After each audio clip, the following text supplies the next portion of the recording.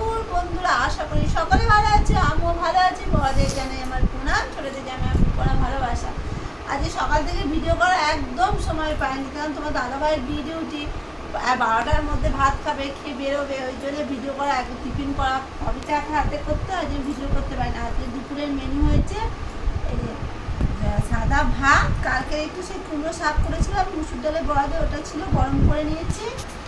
আর করেছি উচ্ছে চচ্চড়ি, সর্ষে কাঁচা লঙ্কা দিয়ে বেটে করেছি, আমাদের বড়ি দিয়েছি। উচ্ছে চচ্চড়ি শুকনো শুকনো করে কালকে পটলের তরকারি ছিল, ওটা একটু গরম করে নিয়েছি, আমি খেয়ে নেবো। আর করেছি এদিকে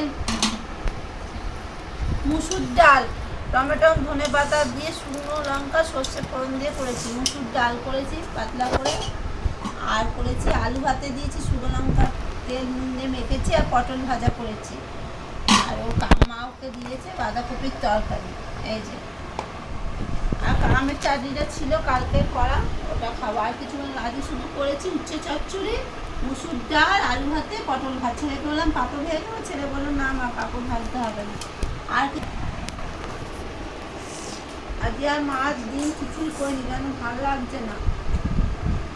দাদাভাই সকালে উঠলো, উঠে একটু কাজ টাজ ছিল বাড়ি, কারণ ছেলে দেখতে দেখতে পড়তে এসে যাচ্ছে, তো কাজেরও খুব চাপ হয়ে গেছে, ওর জন্য আর হয়নি।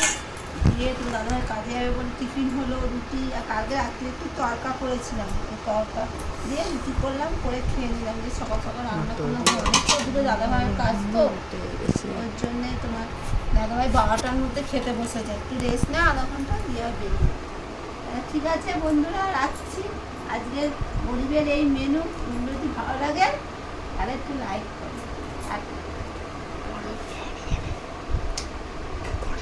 পরের ভিডিওতে আবার দেখা হবে।